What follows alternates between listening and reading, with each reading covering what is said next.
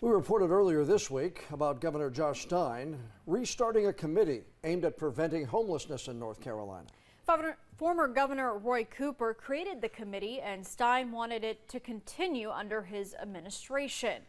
WCT's Anaya Cromartie talked with an advocate in Wilmington who will serve on that committee. Anaya, Katrina Knight from the Good Shepherd Center has really helped the homeless here for a long time.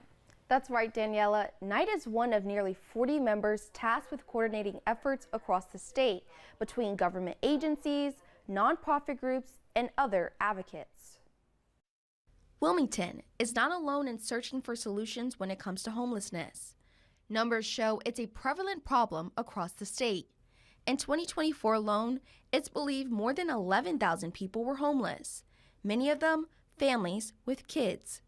That's why Governor Josh Stein is picking back up an initiative started under former Governor Roy Cooper's administration.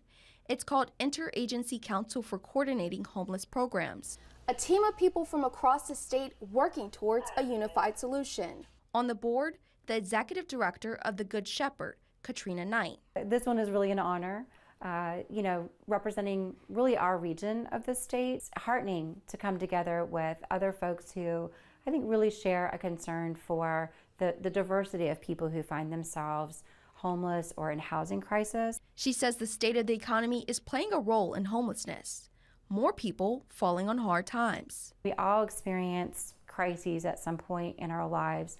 You know, a car breaking down, that should ideally be a hiccup that we get past and move beyond. But for too many of our neighbors, if they don't have savings, if they don't have family or someone to fall back on, that could easily snowball. Another issue facing many of the state's growing cities, affordable housing.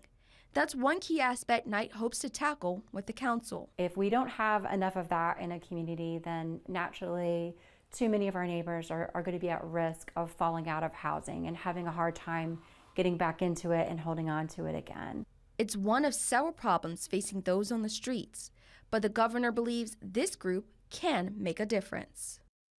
Along with working to increase access to housing and housing services for homeless people across the state, the committee is also charged with reviewing current programs that are designed to help those individuals. The group can also make recommendations on how they can improve.